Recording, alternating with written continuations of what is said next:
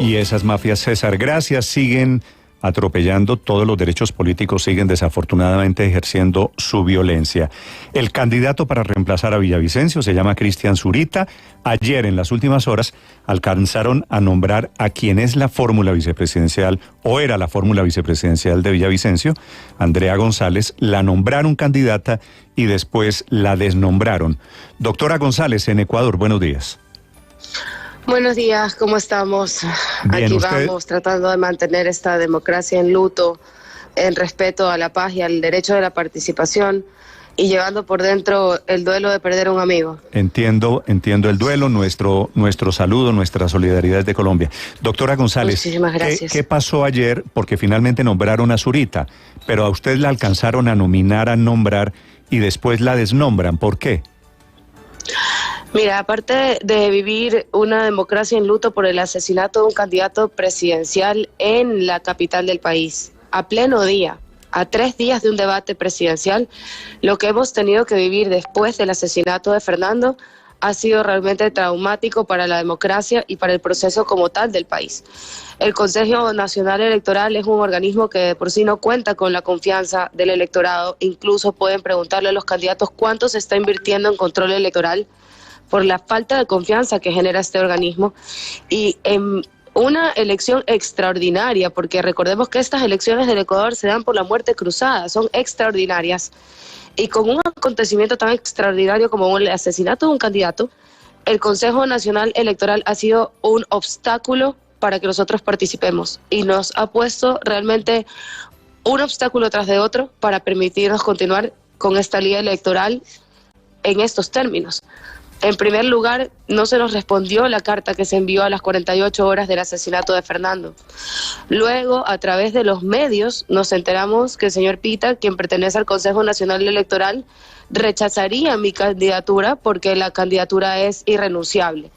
Y luego, una vez que nosotros inscribimos a Cristian Zurita, preguntamos si podíamos igual asistir al debate, ya que tanto Cristian como yo estábamos inscritos para acompañar a Fernando en el debate, a lo cual la respuesta fue un no dentro de la oficina del CNE cuando estábamos inscribiendo a Cristian. Es decir, no ha habido el más mínimo acompañamiento, ni se le ha dirigido al pueblo ecuatoriano cuál es el proceso que se sigue frente a una situación como esta.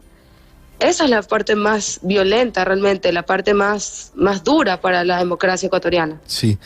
Doctora González, no entendemos muy bien en Colombia por qué si a usted la habían designado como la persona que era la responsable encargada de tomar las banderas del asesinado Fernando Villavicencio, luego en muy pocas horas se toma la decisión de revocar ese aval para entregárselo al señor Cristian Zurita. Porque el CNE pone como excusa, y repito, esto se lo dice a un medio de comunicación, no nos contestan formalmente la carta suscrita a 48 horas del asesinato de Fernando, que mi candidatura para vicepresidencia es irrenunciable. Por lo tanto, yo no puedo asumir la candidatura a presidencia porque mi candidatura para vicepresidencia es irrenunciable.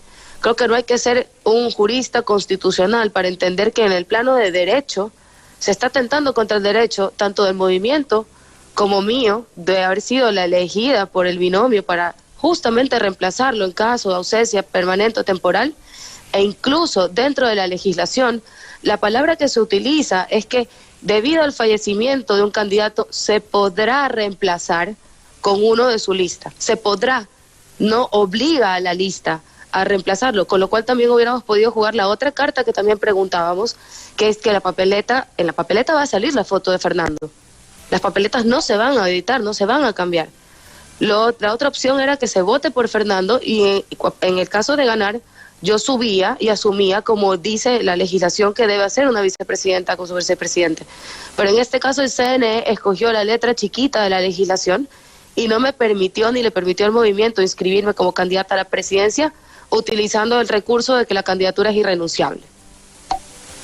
Qué enredo, mejor dicho. ¿Qué opciones le quedan? ¿Qué caminos se le abren? ¿Qué cartas todavía tiene usted por jugar, señora González?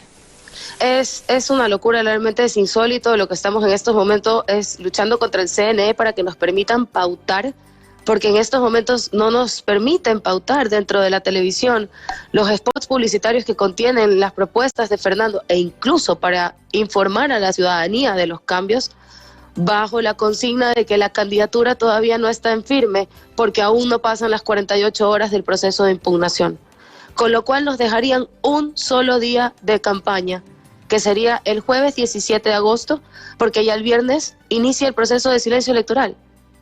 Realmente es inaudito cómo el CNE del Ecuador se ha comportado en una extraordinaria situación como esta que atenta a la democracia, lo veo yo, Doctora regional. González, por supuesto, en Colombia el Consejo Nacional Electoral está formado fundamentalmente por políticos. En Ecuador, ¿quiénes son los integrantes de ese órgano que define lo electoral? La presidenta del CNE es la señora Diana Tamaint, y esto constituye un eje del gobierno, por así decirlo, una parte del gobierno que controla y vela por la democracia, se supone, y los derechos de la participación ciudadana. ¿Depende del Ejecutivo el Consejo Nacional Electoral?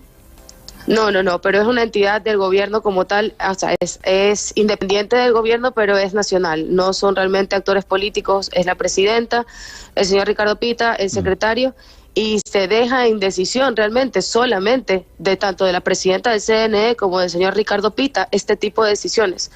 A pesar de que a nivel nacional hayan juristas, expertos en constitución, exigiendo que se lea toda la legislación como tal y que se tomen decisiones en el momento como estamos, que es un momento extraordinario. Sí, doña Andrea. Ellos son los que deciden, a fin de cuentas, por encima de todo otro tipo de organismo. Con la información que ustedes tienen en este momento en la campaña que lideró Fernando Villavicencio hasta hace una semana, con las expectativas, ¿quién va a ganar las elecciones de este domingo en Ecuador? Mira, me es muy difícil predecir esto porque todas las encuestas que podamos haber analizado y presentado cambian radicalmente con el asesinato de Fernando. No solamente porque seas afín o no a Fernando o fueras a votar por nosotros, sino porque en estos momentos, después de un debate vacío, el electorado se ha quedado como en una zozobra, como en un limbo.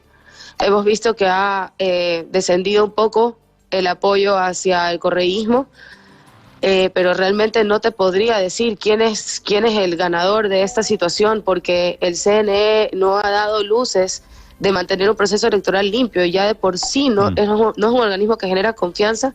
Entonces, realmente el país se encuentra en una zozobra que creo que nunca habíamos vivido antes de un proceso electoral. Totalmente enrarecido el ambiente político en Ecuador, no solo por la violencia, sino por la confrontación permanente. Doctora González, candidata a la vicepresidencia en la fórmula que ahora lidera Cristian Zurita, muchas gracias. Feliz día en Quito. Muchísimas gracias, igualmente.